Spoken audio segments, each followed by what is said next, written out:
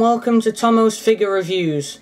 I have with me today the NECA T800 figure from the Terminator 2 Judgment Day figure set. Originally I wanted this for just to go on my shelf, really, because I just like collecting figures. Then when I eventually got it for Christmas, I'm gonna say it's good quality hard plastic. One problem is movement. I'm gonna say its head, if you can see there, very lovely crafted. You move it like that, move its head like that, move it down, move it up, anything like that. That's just the normal bolt joint into the body. The one thing which is a pain, no movement in the legs whatsoever. The only movement you can see at the moment is me actually pushing the plastic. There's nothing for the other leg either, apart from a little movement in the boots, which I can't really get that much on anyway. So there's no joints whatsoever until you get to the waist, where the waist is just general. There's just a general spin which anyone can use. So you have him stood here facing that way, boom, boom, boom. It looks pretty cool. Either way you can have him like that, it doesn't really matter, but the waist is a good thing. The other thing I'd like to point out is his ball joint arms only go up to there, unless you want to do that and make him look like he's broken his shoulder, which, to be quite honest, I don't think Terminators can do that. Do you?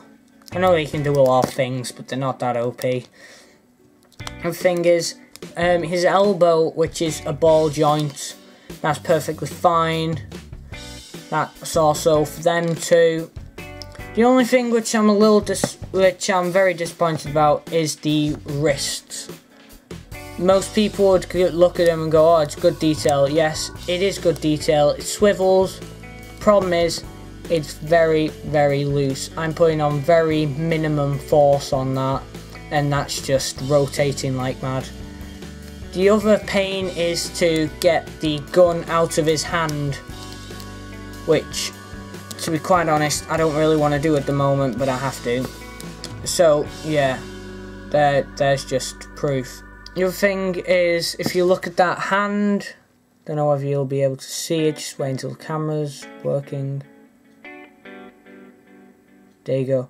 As you can see, the paint isn't the best on his hand, although in all fairness, everything else looks incredibly detailed.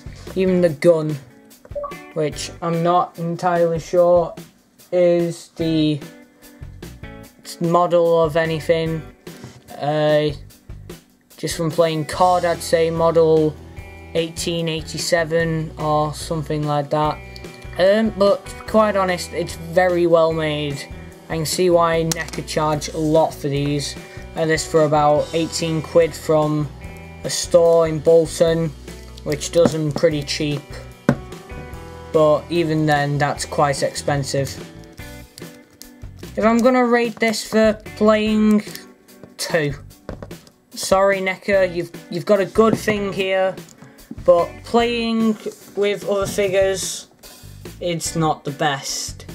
Although dioramas and keeping it in a shelf, yep, that's probably the best thing for it.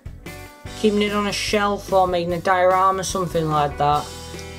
The other cool thing I'd like to point out is the fact that the jacket can come off and it has bullet holes in the back to symbolise that he's been shot at. So if you're gonna get this, be cautious what you want it for. 18 quid, it's a lot of money.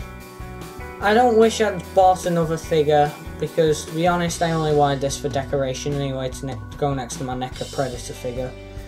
But yeah, and if you're wondering, by now I'm going to try and post a video, a figure review of a figure within once every week unless I've got a sudden influx of figures, like Christmas or something like that, where I try and do as many as I possibly can. The other thing is, if you've got a figure you'd like me to review, then just put it in the comments below to see how much it is. If it's in a decent price range, I'll buy it, do a figure review of it. But I'm currently saving up for quite a few things, especially my Deathstroke costume, what I'm trying to make out of foam. There should be a tutorial on that, which I'm going to film. Not only that, watch out for Warhammer videos, paintings, stuff like that. Just general wares, stuff like that. So, it's goodbye from me. See you next time.